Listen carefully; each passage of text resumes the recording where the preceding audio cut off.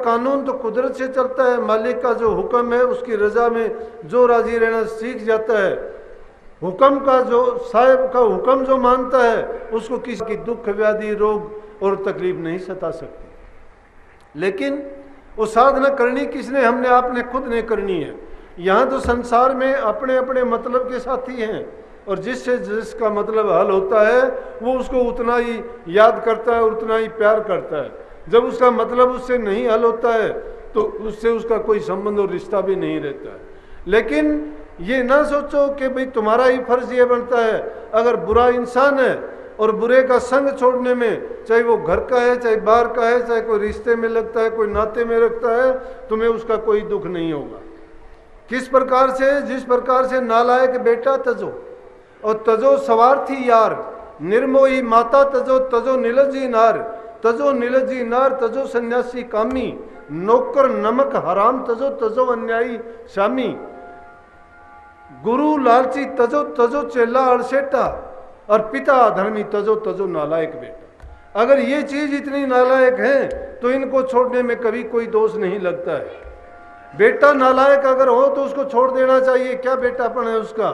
बेटा अगर तुम्हारा अच्छा नहीं है, अगर वो नियम के मुताबिक मर्यादा के मुताबिक नहीं चलता है, बुरे काम में पड़ गया है, उसने अपने जीवन को ऐसे ढंग में लगा दिया, उसको बेटा कहने का धर्म नहीं है। बेटा अगर तुम्हारा है तो तुम्हारे कहने में, तुम्हारे हुक्म के मुताबिक अगर चलता है तो समझो कि तुम्हारा बेटा है।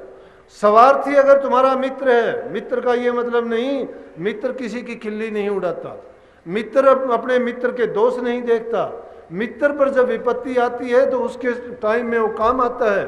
मित्र जब रास्ते में भटकता है तो मित्र का काम होता है उसको रास्ते पे लाना, लेकिन ये नहीं है कि उस मित्र के साथ ही घात करके उसको बर्बाद कर देना। और निर्मोही माता, जिस माँ का अपनी संतान में मोह नहीं है उस माँ को माँ कहना भी जुल्म हो जाता है, वो माँ नहीं डायन बन जाती है। माताओं का दिन है आज ये, लेकिन माताओं को भी अपनी संतान से इतना ही प्यार करना चाहिए जितना कि परमात्मा हमसे करता है, सब जीवों से करता है। पापी हो, दुश्मन हो, राक्षस हो, दुष्ट हो, बुरा हो, भला हो, चोर हो, डाकू हो, परमात्मा सबकी पूर्ति करता है। ये भेद वो कभी नहीं करता कि ये डाकू है इसको खाने को नहीं दूंगा, ये चोर है इसको मैं सजा दूंगा। परमात्मा की तरफ से कोई किसी के प्रति वो नहीं है। इंसान अपने किए का फल भोगता है, वो जुदा बात है, लेकिन उसकी संतान होने के नाते वो किसी के साथ भेदभाव नहीं करता। अगर आप दोष देते हो उसको कि परमात्मा ने हमें गरीब क्यों बनाया, परमात्मा ने हमें दुख क्यों दिया, परमात्मा ने हमें संतान क्यों दी, नहीं, अपना किया भुगत रे जिया, ये अपना अपना कर्म है, ये किसी का दूसरे का नहीं है। परमात्मा का इसमें कोई दोष नहीं। जो इंसान जैसा कर्म करके आता है परमात्मा अपने नियम के मुताबिक उसको वैसा ही बर्ताव करवा देता है, वैसा ही भुगतवा देता है, क्योंकि ये कुदरत का नियम है। कुदरत में जो इंसान जैसा करेगा वैसा फल उसको भोगने के लिए तैयार रहना चाहिए। ये नहीं होगा कि आप करो दोगे बुराई और आशा करोगे अच्छाई की, नहीं हो सकता।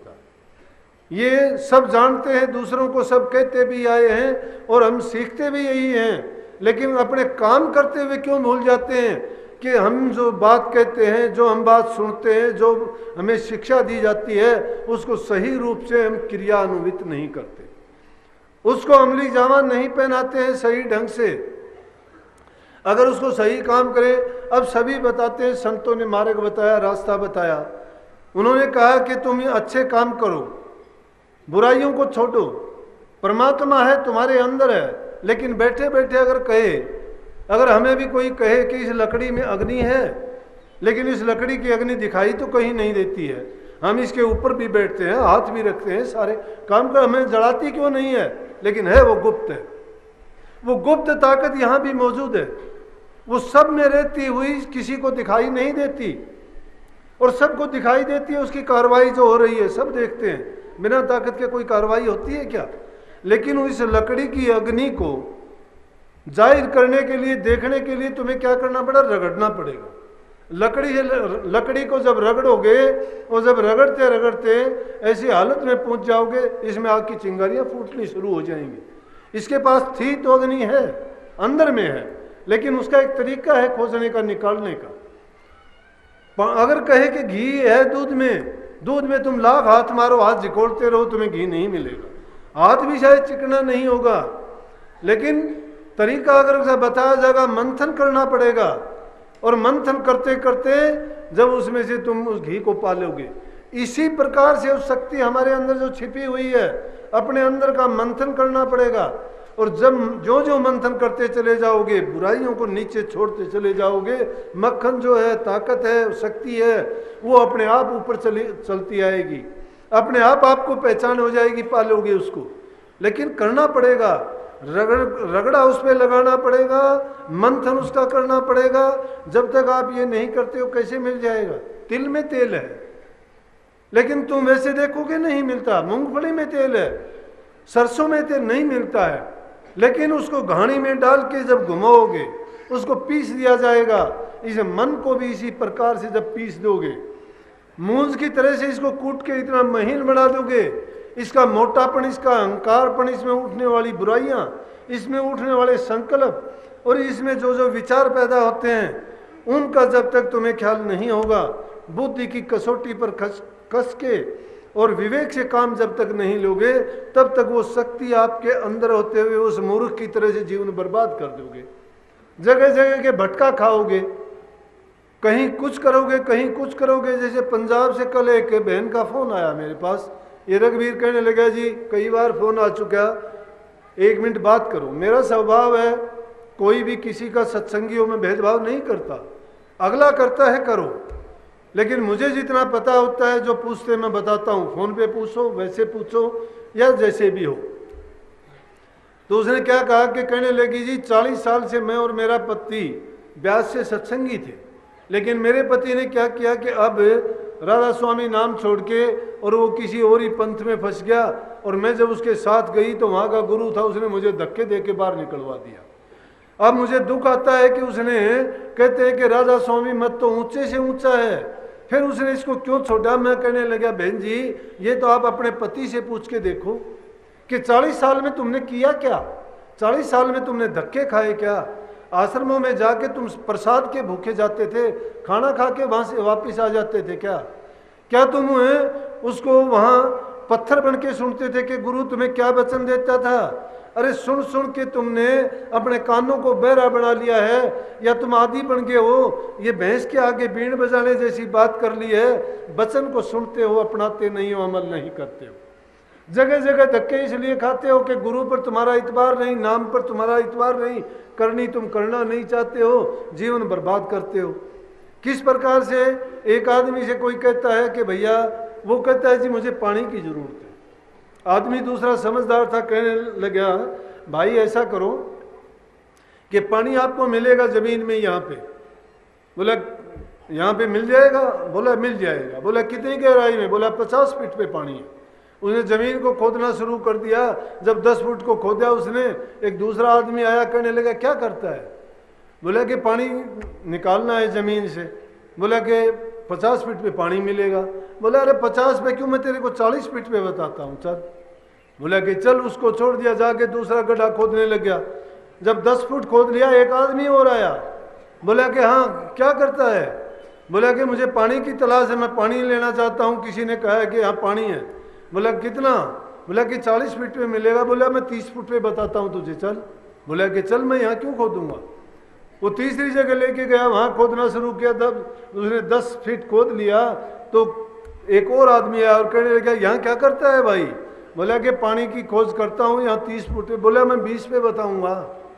वो 20 पे लेके गया। जब वहाँ गया तो उसने जाके फिर खोदना शुरू कर दिया। वहाँ खोदा उसने, 10-12 फुट खोदा था। इतनी देर में फिर आया। बोला क्या करता है? बोला कि पानी की तलाश है। बोला यहाँ तो गहरा पानी होगा। बोले हाँ 20 फीट पे है। बोला मैं 10 पे बताऊँगा। उसने 10-12 खोद लिया था, वही 10 खोदना था।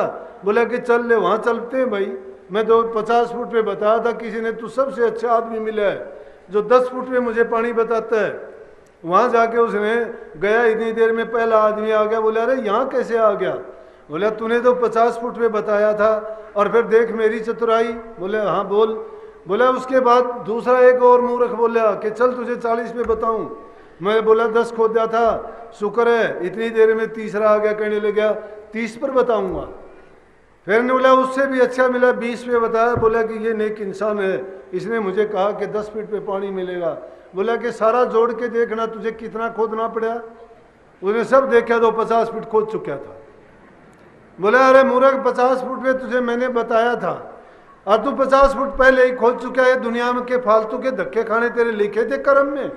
इसी प्रकार से हम अज्ञानी हैं, एक जगह रुक के अपने गुरु पे इतबार करके उन पे यकीन करके हम उनके कहे वचन को ना मानते हैं और ना ही उसको आजमा के देखते हैं। तुम अपने जीवन में इस चीज को आजमा के देखो, जो सुनते हो उसको करके भी देखो। करनी बड़ी है, जब करनी करोगे तो निश्चित रूप से तुम अपने उद्देश्य में कामयाब होगे। जो इंसान करनी तो करता नहीं है, बातों से, किताबों से, ग्रंथों से, तर्क वितर्क से, चतुराई से, इन बातों में कुछ नहीं मिलना, चाहे सारी जिंदगी बर्बाद कर देना। जो कुछ आप हासिल करना चाहते हो, प्राप्त करना चाहते हो, जीवन को कामयाब करना चाहते हो, वो आपको गुरु की सेवा से, गुरु की वचन के सुनने से, उस पर अमल करने से और सत्संगों में नित्य प्रति जाने से। अगर तुम्हारी ये इच्छा होगी और तुम्हारे मन में पूरी विश्वास और श्रद्धा होगी तो निश्चित रूप से आप अपने उद्देश्य में कामयाब होगे। पालव को रोकने वाला नहीं होगा। ये ना सोचो अपने जिंदगी में कि हम कुछ नहीं कर पाएंगे। जिंदगी बहुत बहुमूल्य है, ये नहीं कि ये इंसान को ऐसे ही मिल गई, लेकिन अच्छे कर्म हमने किए थे जिंदगी में, कितनी बार किए होंगे, कितने जन्मों का हमें पुण्य मिला होगा, तब इंसान का चोला मिला है। और वो इंसान का चोला मिलने के बाद में हम ये भूल करते हैं कि करनी नहीं करते और विषय विकारों का जीवन बिता के यूं ही गंवा देते हैं। उस प्रभु की खोज करना आसान नहीं, लेकिन इंसान के चोले में मुश्किल भी नहीं, क्योंकि रामायण महाभारत जितने हमारे ग्रंथ हैं, जितने शास्त्र हैं, जितने महापुरुष हैं, सब ने इस चीज पे जोर दे के कहा है कि जिनकी तुम पूजा करते हो उन्हें, वो भी उनको खोजते खोजते भटक के मर गए। कबीर साहब ने इसीलिए कहा कि ब्रह्मा विष्णु महेश्वर कहिए, इनसे लागी काई, इनके भरोसे कोई मत रही हो, इन्होंने मुक्ति पाई। इन्होंने मुक्ति नहीं पाई। लौकिक भक्ति है, संसारी चीजों के लिए है, मान प्रतिष्ठा के लिए है, इज्जत के लिए है, लेकिन आत्म भक्ति जो है, अपनी आत्म शक्ति को जगाने के लिए, आत्मसात करने के लिए तुम्हें अपने अंदर में जाना ही पड़ेगा। जब अंदर में जाओगे तो बारी संसार के, बारी पदार्थों के ये वजन ढोने की जरूरत नहीं है। जिन बंधनों में जकड़े हुए उन बंधनों को तो ढीला करना ही पड़ेगा, लेकिन वो ढीले करने की आदत कब पड़ेगी? Charity begins at home. अपने घरों में अच्छे संस्कार नहीं लेते, माँ बाप की जो पूजा नहीं करते, उनके शिक्षाओं को अपने जीवन में नहीं ढालते, नहीं उतारते, तो बाहर जाके आप कभी कामयाब नहीं हो सकते। जिन्होंने भी कामयाबी हासिल की है उन्होंने अपने घर से अच्छे संस्कार लेके, अच्छे गुण पैदा करके, वही समाज में जाके चरित्रवान और अच्छे अपने उद्देश्य में कामयाब होने वाले बने हैं। जिनका चरित्र गिरा हुआ है, जिनका सदाचार गिरा हुआ है, ना वो जीवन में कामयाब होते और ना ही भक्ति के मार्ग में कामयाब होते। इसलिए संत मत की शिक्षा है कि आदमी को चरित्रवान बनाना। जिसका चरित्र ऊंचा है, जिसका चरित्र ऊंचा है, जिसका आचार विचार अच्छा है, जिसका व्यवहार सच्चा है, जो माँ बाप की आज्ञा का पालन करता है, जो गुरु की रहनुमाई में रह के अपनी आत्मोन्नति करता है, उसी का जीवन कामयाब है। नहीं तो गधे की तरह ये वजन ढोते ढोते कोई संतान का, कोई पत्नी का, कोई रिश्ते नातेदारों का अपनी पीठ पर भार लदा लदा के इस संसार से जाते आते रहे। उस पिया को खोजने के लिए, पिया अंतर में है, बाहर नहीं है, उसकी खोजना करने के लिए ना तुम्हें कोई शरीर को ज्यादा कष्ट देना, इसलिए कही कि पिया का मार्ग सुगम है। तू कह तनेडा नाच न जाने बावरी के आंगन टेढ़ा, लेकिन आगे ही कह दिया कि पिया का मार्ग कठिन है, खांडे की धारा, डगमगे तो गिर पड़े नहीं उतरे पारा। ये ऐसा है संत मत का मार्ग कि जिस प्रकार से सती का जूझना 2-4 पल का होता है, चिता जलाती है पतिव्रता स्त्री, पति के साथ में जल जाती है।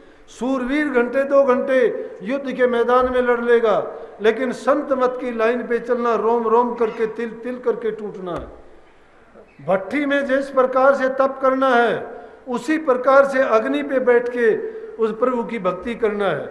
अपने हर प्रकार से रक्षा और सुरक्षा, इस संसार के बंधनों से बच के ये काजल की कोठरी है संसार। इसमें जितने भी जीव आए हैं, अपने को, अपने कपड़े को, अपने तन को बचा के, जिस प्रकार कबीर साहब ने कही ना कि झीनी रे झीनी सतगुरु ने रंग दीनी। चदरिया झीनी, कौन सी चदरिया? तन रूपी। इसके ऊपर जो हमने चोला पहना हुआ है, इसके अंदर बैठ के, चीज तो वही है, इसके अंदर आत्मा तो वही है, लेकिन बाहर का जो खोल है इससे कर्म करवाती है।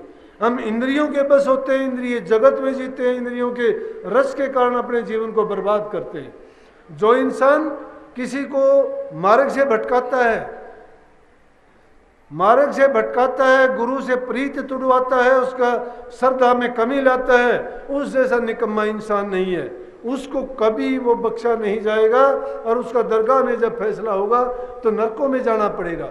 इसलिए हमें चाहिए कि श्रवण कुमार जैसा मात्र पितृ भगत होना चाहिए, हमें माता सीता जैसा, हमने पतिव्रता स्त्री सावित्री जैसी होना चाहिए। क्यों? कि जिसने अपने पति को भी यमराज के हाथ से छुटवा लिया था अपने सतीत्व के बल के कारण। और शिष्य को हजूर महाराज की तरह से होना चाहिए, एकलव्य की तरह से होना चाहिए कि अपना सब कुछ देने के बाद भी अगर उसको यह अंदेशा नहीं होना चाहिए कि गुरु को मैंने कुछ दिया। अरे गुरु को क्या देते हैं? शिष्य को ऐसा चाहिए कि गुरु को सर्वस्व दे, गुरु को ऐसा चाहिए शिष्य का कुछ नहीं ले। गुरु को तो ऐसा चाहिए कि गुरु अगर शिष्य का धन लूटता है, अगर उसकी कोई चीज लूटता है, उसके साथ गलत करता है, तो गुरु नहीं है, पाखंड है, चोर है, लुटेरा है, ठग है, आडंबर है, नरकों में बासा होगा। ऐसे गुरु को छोड़ते हुए देर नहीं करनी चाहिए, नहीं तो आकाश होगा तुम्हारा। ऐसे ऐसे पाखंडी लोगों ने इन गुरुओं की परत उठाई है, समाज में गुरुओं की प्रतिष्ठा को धब्बा लगा है। इस जीवन में हम इसलिए इस जीवन को अपनाते हैं कि ताकि इसी जीवन में नाम की कमाई करके और गुरु से शिक्षा लेके उनके वचन को मान के अपने जीवन को कामयाब करें। अब क्या खेल हो रहा है समाज में, देखते हो रोजाना कि कोई रिश्ते नाते नहीं है। ऐसी ऐसी बातें सुनने को मिलती हैं जिसके कारण सोचते हैं कि आगे आने वाले समय में क्या होगा, कहां धर्म टिकेगा, मनुष्य मात्र का क्या अंजाम होगा। और ऐसा क्यों है कि इंसान नहीं सोचता है इसके लिए। जो इंसान अपने भविष्य की नहीं सोचता है वो अपने वर्तमान को खराब करता है। जो वर्तमान में सही काम करता है उस सोचो भविष्य को बना रहा है। पीछे के तो हम बस हैं जो भूतकाल में करके आए थे, उसका परिणाम है ये। लेकिन आज जब नहीं करते हैं तो वर्तमान तो धूमिल अपने आप नजर आ रहा है। अब पर्यावरण को बिगाड़ा जा रहा है, पेड़ों के अंदर धुंध कटाई की जा रही है, भ्रूण हत्या जैसे निकम्मे काम किए जा रहे हैं कि उससे बढ़ के कोई पाप संसार में नहीं है। कुदरत के साथ ऐसी छेड़छाड़ की जा रही है तो कुदरत भी अपना बदला लेने के लिए तैयार हो जाएगी। अब ये बदलते हुए मौसम है, बढ़ती हुई बीमारियां हैं, दुनिया में अलग अलग प्रकार की क्या क्या चीजें देखने को मिलती हैं, मनुष्य मात्र की दिमाग, बुद्धि, सोच बिगड़ती जा रही है। ये सब उस कुदरत के साथ जो इंसान